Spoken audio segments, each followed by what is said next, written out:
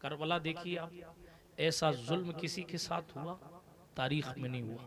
आप इमेजिन कीजिए, तसव्वुर कीजिए, नबी का नवासा है, ठीक, जिसका बचपना इतना शानदार है कि करोड़ों मील दूर से फरिश्ता, करोड़ों मील दूर से फरिश्ता, ईद के लिए कपड़ों की जरूरत हो तो फरिश्ता कपड़ा देने आता है।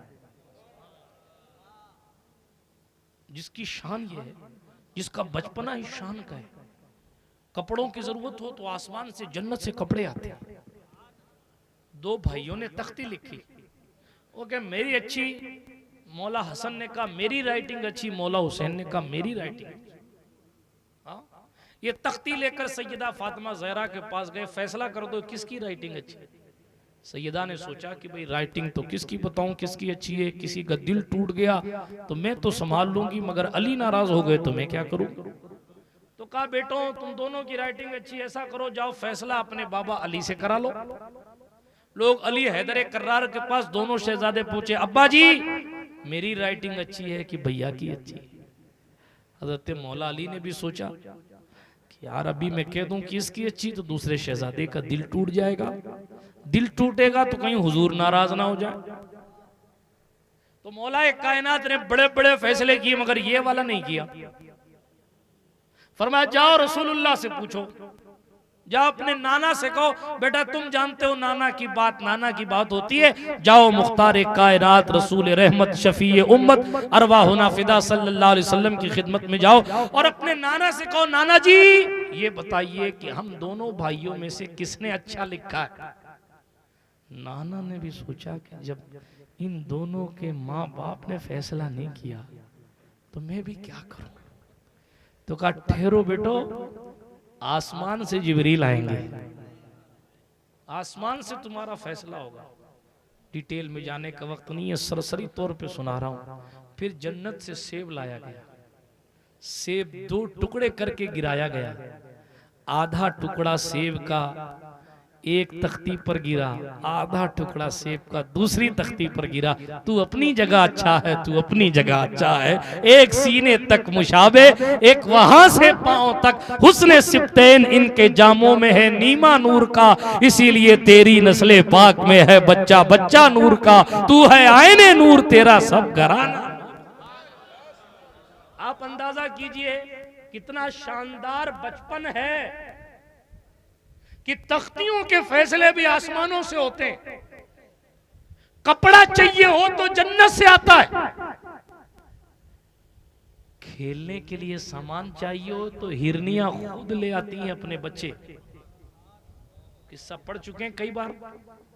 मौला हसन ने अपने नाना से एक हिरनी का छोटा सा बच्चा लिया, उसके साथ खेलते हुए जा रहे थे तो नन्हे नन्हे कदम से हजरत इमाम हुसैन आ गए। भैया ये बच्चा कहाँ से लाए हो? तो कहा कि अपने नाना के पास से लाए हो। कहा मुझे भी चाहिए। कहा जाओ नाना से ले लो। हिरनी का बच्चा था, हिरन का। ओहो आए नाना मुझे भी ऐसे ही बच्चा चाहिए हिरनी का जैसे भाई हसन को मिला। हुजूर ने फरमाया हुसैन उसी अपने भाई के साथ खेल लेना। कहा नहीं हुजूर मुझे दूसरा चाहिए। अरे उसी के साथ खेल मुझे दूसरा चाहिए। अब हुसैन ने जिद कर ली, हुसैन ने जिद कर ली, सुभान अल्लाह, हुसैन ने जिद कर ली। अल्लाह जद्दी अलैहिस्सलाम, न नाना की कोई मिसाल है न नाना की खैरात से नवासे की कोई मिसाल। जिद कर ली। अब हुजूर ना भी तो नहीं कहते थे, वो दुश्मनों को ना नहीं कहते थे तो नवासे को ना कैसे कहते। हाँ अलाजत ने कहा वाह क्या जूदो करम है शहे बतहा तेरा, नहीं सुनता ही नहीं मांगने वाला तेरा। जो आपसे मांगे उसको हुजूर कभी नहीं कहते ही नहीं, तो नवासे को कैसे कह दे। अब हुजूर भी तशवीश में रहे होंगे, इतने में हिरनी आ गई और हिरनी ने अपना एक बच्चा चिपकाया हुआ था अपने साथ और हिरनी ने कहा कि हुजूर वो जो पहला बच्चा था ना वो भी मेरा ही था, कोई साहबी लेके आ गया था, ये दूसरा बच्चा मैं खुशी खुशी आपकी खिदमत में लेके आई हूँ कि हुसैन की आंखों में आंसू ना आ जाए। मेरा बच्चा कुर्बान होता है तो हो जाए मगर हुसैन की आंखों में आंसू नहीं आना चाहिए। ऐसा बचपन होगा किसी का कि जानवर अपना बच्चा खुद ले आए। देखो आप सोचो, आप कपड़े चाहिए हो तो चंदा करने की जरूरत नहीं पड़े, आसमान से फरिश्ते ले। भूख लगी हो तो रसूलुल्लाह अपनी गोद में उठाकर अपनी जबान उनके मुंह में डाल देते। सुभान अल्लाह। हाय हाय, हुजूर के थूक मुबारक का एक एक कतरा बेमिसाल है। हाँ, एक कुआं खारा था, हमारे और आपके नबी ने थूक दिया, आज तक पानी मीठा है। आप सोचिए, एक साहब की हड्डी टूट गई थी, पिंडली टूट गई, बिल्कुल टूट गई, हाथ में लेके ऐसे चलते हुए आ रहे। हुजूर ने पूछा क्या हुआ? कहा सरकार आपके दुश्मन को मारने गया तो दुश्मन का तो काम कर दिया, लेकिन मेरी पिंडली टूट गई। हुजूर ने बोला ठीक कर, ऐसे पकड़ा, सरकार ने अपनी जबान मुबारक से थूक शरीफ निकाला, टूटी हुई हड्डी पे लगा दिया, फिक्स।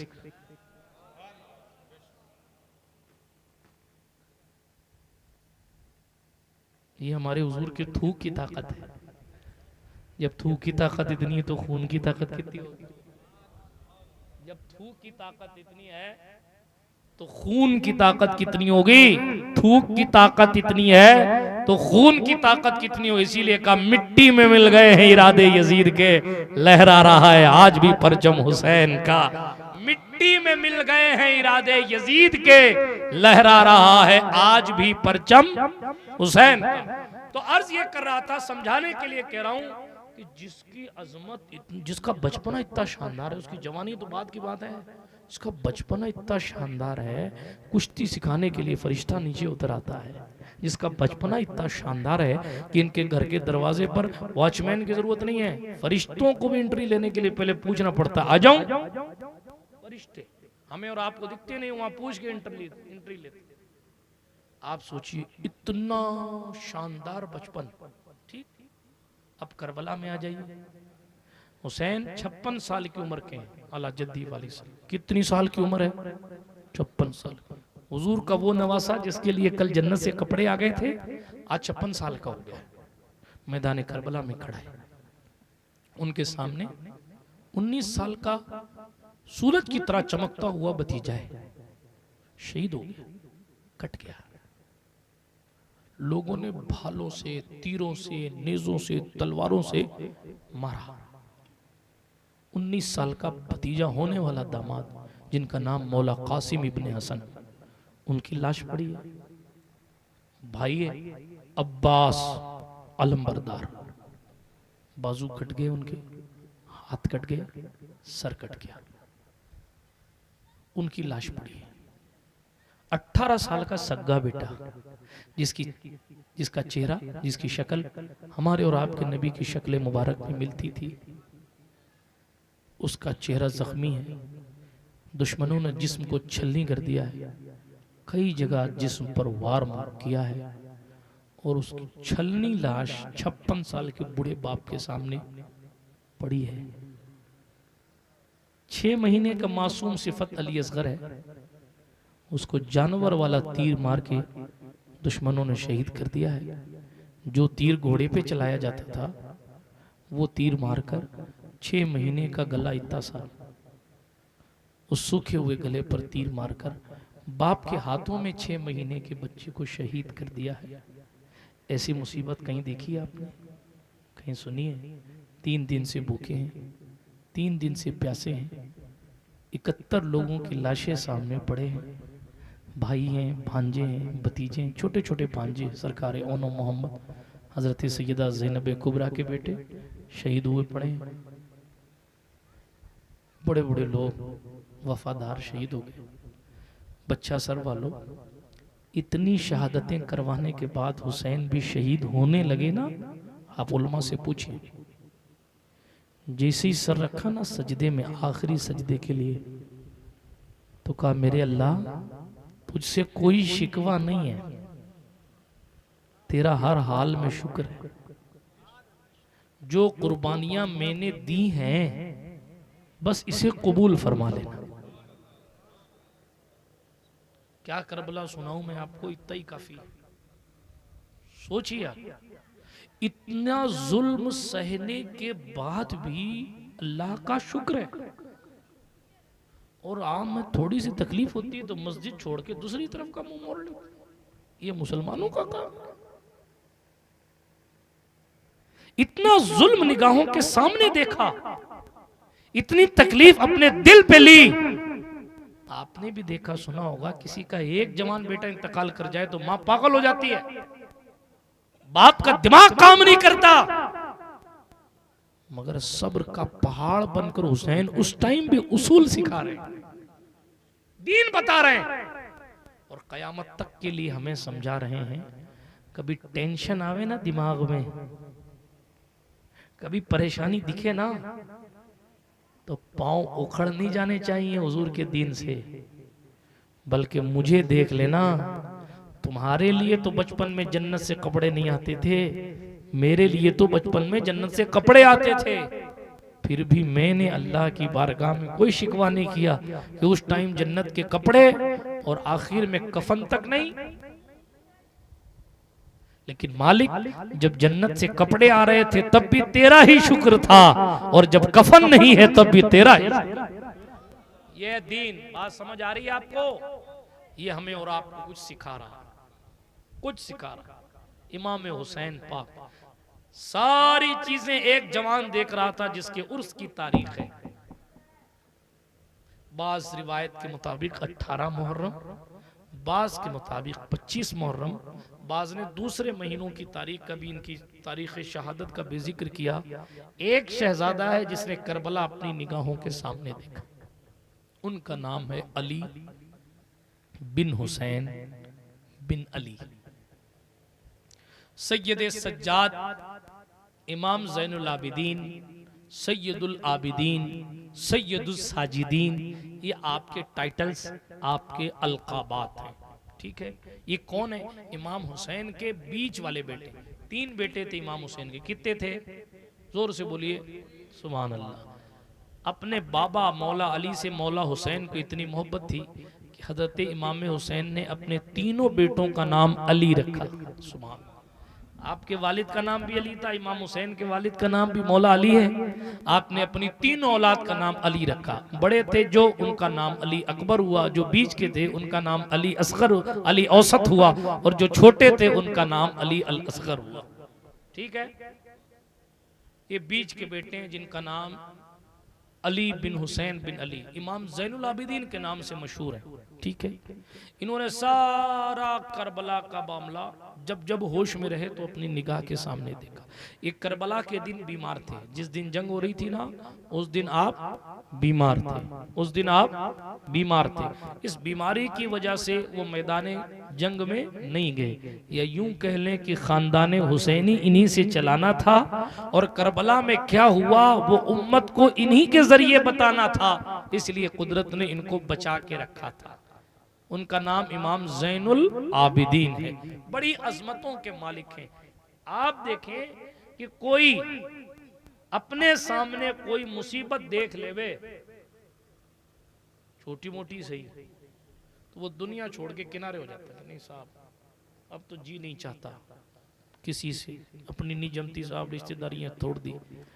मगर ये इमाम ज़ैनुल आबिदीन जिन्होंने क़यामत सुग़रा अपनी निगाहों से देखी, जिन पर गम का ऐसा पहाड़ टूटा था, मौला हुसैन के बेटे हैं जिन्होंने अपने बाप की घोड़ों के टापुओं से रौंदी हुई लाश को अपनी निगाहों से देखा था, जिन्होंने अपने 6 महीने के छोटे से भाई को तड़पता हुआ अपनी निगाहों से देखा था, जिन्होंने अपनी बहन सैयदा सकीना के प्यास की शिद्दत अपनी आंखों से देखी थी, जिन्होंने खेमे में आग जलाना देखा था कूफियों का, जिन्होंने इब्ने जियाद इब्ने नामालूम की कारस्तानियां देखी थी, जिन्होंने बाजार में फिराए जाने के नजारे देखे थे, जिन्होंने खानदान रसूल की औरतों का मजाक बनाना अपनी निगाहों से देखा था, इतनी मुसीबतों के बावजूद भी बच्चा सर वालों, उनकी कंडीशन ये थी कि वो लोगों की चुपके से मदद कर दिया करते थे। किसी को पैसे भिजा देते, किसी का पानी जाके भर देते। आज तो पीर साहब हमारे, हम कभी पीर साहब को हमारे जैसे वो कैंपर उठाते देखा? कभी नहीं देखा। हाँ, मैं अपनी बात कर रहा हूँ, नहीं, लोग उठाने भी नहीं देते, लेकिन अब वो मिजाज भी नहीं रहा। लोगों के घरों में हजरत इमाम ज़ैनुल आबिदीन की तरफ से मदद जाती थी, और लोगों को पता ही नहीं था कि पैसे कहां से आते हैं, लोगों को पता ही नहीं था पानी कहां से आता है। हाँ, जब आपका इंतकाल हुआ तो लोगों ने देखा साहब वो कंधे पर तो जख्म लगा हुआ, तो पूछा ये जख्म कैसा, तो घर वालों को भी नहीं पता कि ये जख्म कैसा है। फिर एक बस्ती थी थोड़ी सी दूर, उन बस्ती वालों ने कहा साहब हमारे घर में क्या है कि हमारे घर के बाहर कोई मशकीज़ा लाता था, मशकीज़ा पानी का मशकीज़ा समझते हैं, चमड़े का, तो मशकीज़ा हमारा भर के चला जाता था। अब कई दिन हो गए हमारे घरों में कोई पानी भरने वाला नहीं है, तो कौन भरता था तुम्हारे ये मटके मशकीज़े का? हमें नहीं मालूम, रात में भर जाते थे, हमें नहीं पता। फिर कितने दिन हो गए कि नहीं भरे जा रहे हैं, और उन लोगों से पूछा कितने दिन हो गए कि पैसे वगैरह माली मदद अब नहीं आती, तो कहा साहब इतने इतने दिन हो गए। तो फिर उस वक्त के उलमा ने कहा ओहो, अब पता चला कि वो कंधे पे जख्म कैसा था। उम्मत ने जिसको करबला में प्यासा कर दिया, उसने फिर जिंदगी में ये अहद किया कि कोई प्यासा न रहे, इसलिए दुनिया सो जाती थी और अली का पोता अपने कंधे पर पानी भारी उठा के लोगों के घरों में पानी बांटता था। लोगों को पता नहीं चलता था और लोगों तक वो माल पहुंचाते थे ताकि हुजूर की उम्मत को कोई तकलीफ ना हो। हम छोटी सी बात पर अपना ट्रैक ही बदल देते। ये मुसलमानों का तरीका। किसी ने कहा हुजूर आप हंसते क्यों नहीं, इमाम ज़ैनुल आबिदीन से आप हंसते क्यों नहीं? तो सैयद सज्जाद ने फरमाया याकूब अलैहिस्सलाम का एक बेटा गुम गया था तो इतना रोए थे कि उनकी आंखें खुश्क हो गई। मेरा तो पूरा ख़ानदान मेरे सामने कट गया है, मैं कैसे मुस्कुराऊं? जिंदगी में आपने कभी ठंडा पानी नहीं पिया, लेकिन एक बात बताऊं, कभी शिकवा नहीं किया कि मेरे बाप के साथ ये हो गया, मेरे अल्लाह मेरी बहन के साथ ये हो गया, मेरे भाई के साथ ये हो गया, मेरे साथ ये जुल्म हुआ, कभी शिकवा नहीं किया। करबला से पलटने के बाद नमाज तो छोड़ो, कभी तहज्जुद भी क़ज़ा नहीं। ये मुसलमानों की शान, ये मुसलमानों की शान, कभी तहज्जुद भी क़ज़ा नहीं हुई। और कोई झगड़ा लड़ाई करने आता। एक आखिरी बात अर्ज करूं, एक साहब आए उनके पास, कहा साहब फला आदमी आपके बारे में बुरा बुरा कहता है। ठीक है, हमारे पास भी लोग आते हैं, हम क्या चढ़ जाते हैं, लड़ जाते हैं, अरे तेरी कैसे कह सकता है? ठीक है, लेकिन देखो आप उसूल देखो, उसूल समझो। इमाम ज़ैनुल आबिदीन सरकार के पास एक शख्स आया और कहा कि हुजूर वो आपके बारे में ऐसा ऐसा कहता है। तो उसका हाथ पकड़ा, जो चुगली करने आया था ना, उसका हाथ पकड़ा और जिसके बारे में कहा था उसने कि फलाना ऐसा कहता है, उसके सामने ले जाके खड़ा कर दिया और फिर कहा ये कहता है कि तुमने ऐसा ऐसा कहा है, तुमने जैसा कहा है ऐसा ये कहता है, मैं नहीं कहता, इसने कहा है कि तुमने मेरे बारे में ऐसा कहा है, जैसा तुमने कहा है अगर मैं वैसा हूं तो अल्लाह मुझ पर रहम करे। लठ लेके नहीं गए। हाँ,